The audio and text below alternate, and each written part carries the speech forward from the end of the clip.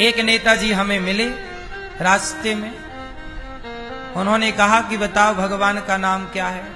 हमने कहा भगवान के नाम तो अनंत हैं, आपको कौन सा सुनना है। क्योंकि अब क्या है, जो व्यक्ति जो सवाल करता है वो पहले एक चीज याद कर लेता है, और यदि आपने वही बताया तो उसे लगता है ठीक बता रहे हैं, और यदि आपने वो नहीं बताया तो वो समझेगा कि ये गलत बता रहे हैं, क्योंकि उसे केवल एक याद है, लेकिन उसे ये पता नहीं है कि भगवान के नाम अनंत हैं। कोई भी बालक को सबसे पहले लोग ये पूछते हैं कि लाला है कि लाली, सबसे पहला नाम सबका लाला या लाली ही होता। बोलो हाँ। तो कन्हैया का पहला नाम लाला, पर ये लाला तो पर जो लिखित में है, आप समझो, हम लोग जो बताते हैं ना वो सुनी और ऐसी बातें नहीं होती कि वो बिना विवेक की हो। अब बताइए, भागवत जी में पहली बार भगवान कृष्ण का नाम पड़ा तो भगवान का नामकरण संस्कार किसने किया? गर्गाचार्य जी ने। तो नाम क्या दिया? कृष्ण। भगवान का पहला नाम पड़ा जन्म के बाद से, क्या नाम पड़ा? कृष्ण। जन्म के पहले तो भगवान के पहले ही से सत्यव्रतम सत्य परम त्रिसत्यम अनेक नाम है, अनेक रूप रूपाय विष्णवे प्रभु विष्णवे। पर जन्म भगवान कृष्ण के प्राकट्य होने के बाद जो पहला नाम पड़ा, संस्कार हमारे यहां क्या होता है? नामकरण। तो नामकरण संस्कार का जो नाम है वही नाम प्रथम नाम माना जाएगा। कुंडली का नाम ही पहला नाम माना जाता है। बोलो हाँ। तो भगवान कृष्ण का प्रथम नाम क्या है? कृष्ण।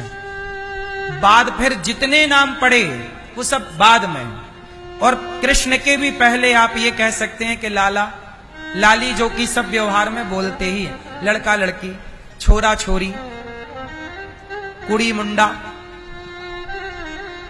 बोलो हाँ। क्या हुआ? कुड़ी हुई। क्या हुआ? मुंडा हुआ। तो ये सबकी अपनी अपनी भाषा है, जो बोला ही जाएगा।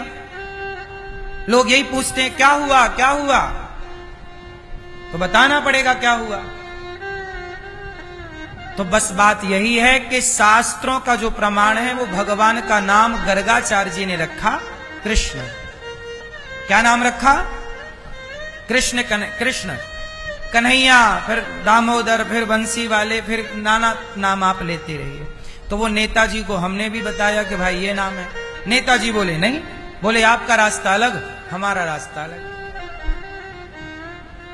अब बताइए, जबकि वो नेता यहां के मुख्यमंत्री रह चुके हैं, यूपी के,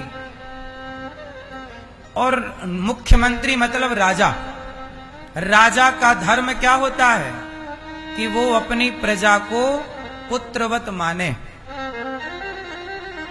राजा पिता होता है और प्रजा, बोलो, राजा कौन होता है? जो भी मुख्यमंत्री है वो राजा है, जो प्रधानमंत्री है वो राजा है, और प्रजा क्या होती है? शास्त्रों का नियम है कि राजा पिता होता है और प्रजा पुत्र होती है। तो सोचिए, यूपी के पूर्व मुख्यमंत्री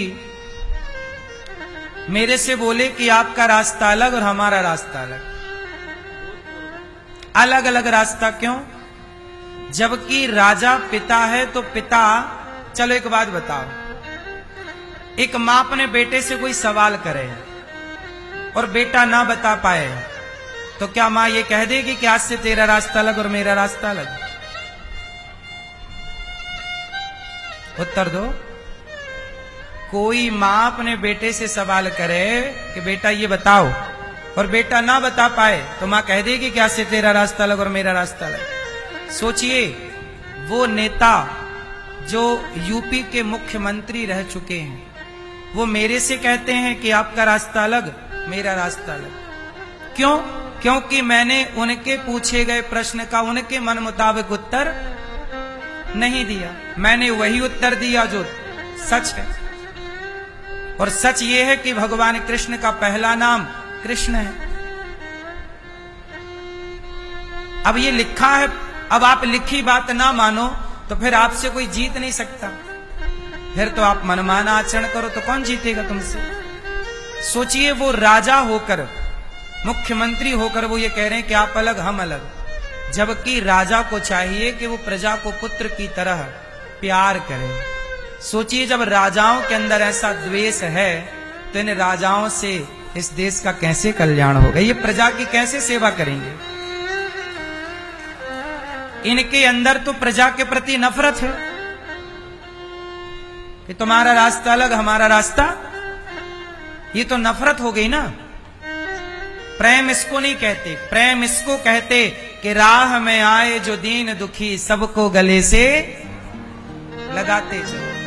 यदि नहीं आता, चलो हम आपके प्रश्न का उत्तर नहीं भी दे पाए तो आप बता देते, हमने पूछा कि आप ही बताओ, तो बोले हम नहीं बताएंगे, आपका रास्ता अलग हमारा रास्ता अलग। अब बताओ, क्या एक मां अपने बेटे के साथ यह व्यवहार कर सकती है? क्या एक राजा, एक मुख्यमंत्री का व्यवहार एक सामान्य आदमी के प्रति यह होना सही है? अब देख लीजिए, जब मुख्यमंत्री, जो आप सबसे श्रेष्ठ पद पर हैं, और आपके भीतर प्रजा के प्रति इतना द्वेष है, नफरत है, तो फिर आप किस तरह से समाज को एकजुट करके चल सकते हैं? कैसे समाज को एकता की बात कर सकते हैं? इसलिए तो कहा कि समाज को बांटने का काम नेताओं ने ही किया है। ये नेताओं ने समाज को क्या किया? जातवादियों, जात की राजनीति खेली। और आज हमारे देश में आज सबसे बड़ा मुद्दा क्या है? दो मुद्दे हमारे देश में, और ये याद रखिएगा कि हमारे भारत का इतना नुकसान होने वाला है आने वाले कुछ टाइम पर।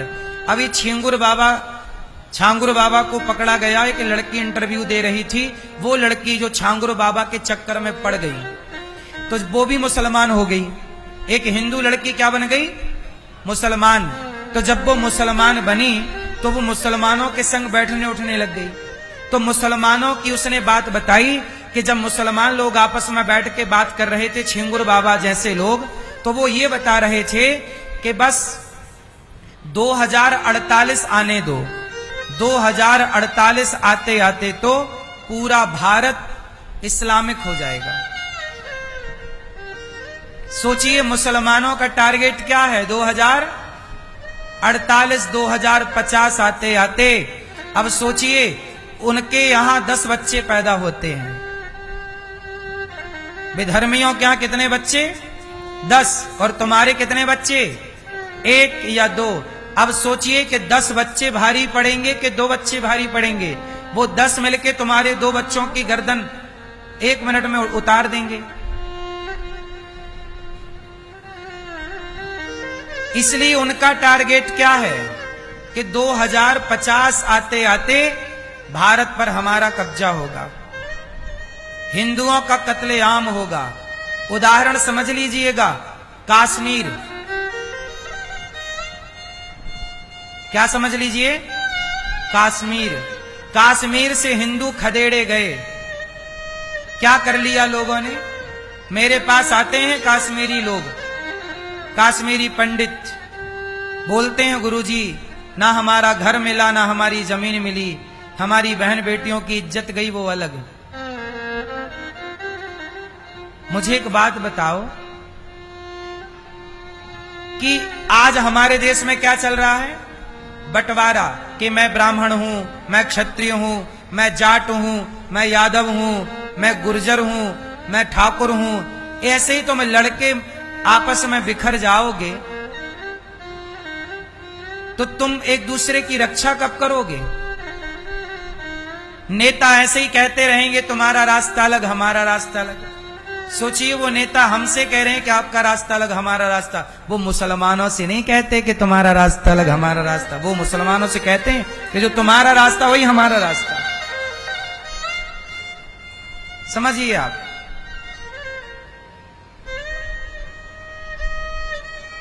अब सोचिए, हमारे देश में एक युद्ध चल रहा है। कौन सा? भाषा का युद्ध। महाराष्ट्र के कुछ लोग कह रहे हैं कि हिंदी भाषी लोगों को हम यहां रहने नहीं देंगे क्योंकि इनको मराठी नहीं आती। देखो, भारत की प्राचीन भाषा संस्कृत है। मुझे ये बताओ कि आप यदि मराठी, गुजराती, कन्नड़ और हिंदी में यदि बट गए तो बट जाओगे तो पाओगे क्या?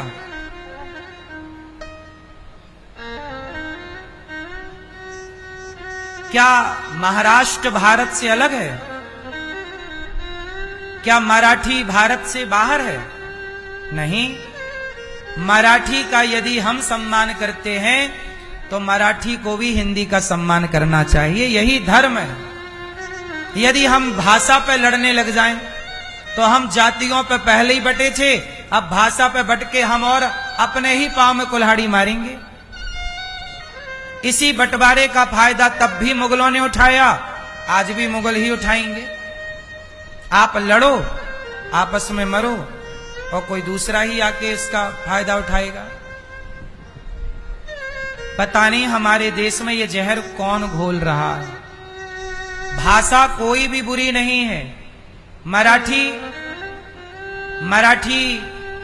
हमारे तो मराठी में रामचरितमानस लिखी गई। मराठी संत हुए हैं, उन्होंने राम का गुणगान मराठी भाषा में लिखा और बाद में उस मराठी भाषा को हिंदी करके गीता प्रेस ने छापा, बहुत सारी पुस्तकें प्रकाशित की। क्योंकि मराठी यदि मुझे नहीं आती और मराठी में कोई शास्त्र लिखे गए हैं, कोई राम का गुणगान लिखा गया, तो उसे हिंदी करके और फिर वो पढ़ी जाएगी।